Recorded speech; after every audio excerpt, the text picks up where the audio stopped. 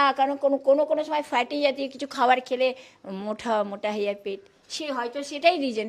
কেন অনেক সময় দেখা যায় বিরিয়ানি নিয়ে আসার, বিরিয়ানি খাওয়া মানে অতি জঘন্য ব্যাপার হয়ে যায়, ফ্যাটিনেস হয়ে যায়।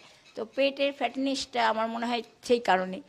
আমি তো খাই না, যদিও অল্প মানে তেলের অংশটা ফেলি, অতিরিক্ত তেলের অংশটাকে ফেলি, কিন্তু অল্প খেলেও সেটা তো খায়, সেটাই হয়তো ইফেক্ট করে। আসলে এই যে যারা আসেন ওনার সাথে দেখা করতে, ওনার সাথে ভিডিও বানাতে, আসলে প্রত্যেকে বিরিয়ানি নিয়ে আসে। ইভেন তো আমরাও এনেছি, Just একটা এসছে। আমরাও এনেছি অন্যদিন বিরিয়ানি। আনে অন্যজনেরা মানে আসে। প্রায় প্রতিদিনই ওনার বিরিয়ানি খাওয়া হয় রানুদির, তাই না? তো খেতে খেতে দেখা গেছে কি পেটে মানে চর্বি জমে গেছে, যার কারণে ওনার পেটটা এরম হয়ে গেছে। বাট উনি প্রেগনেন্ট না, এটা আপনারা শিওর থাকুন। এইটা মানে অনেকেই জানতে চেয়েছে। হ্যাঁ, অনেকে বলে, তাই জন্য আমি বললাম, আমি তো কোনো পুরুষকে যাই না, তো প্রেগনেন্ট কোথা দিয়ে হবে? এখন এক হতে পারে মারিয়ার গর্ভে প্রেগনেন্ট হয়েছিল, তখন তো সে পুরুষকে জানতো না, সেই একটা ম্যাটার। বাহ বাহ বাহ, অনেক উঁচা উঁচা একটা কথা বলছে।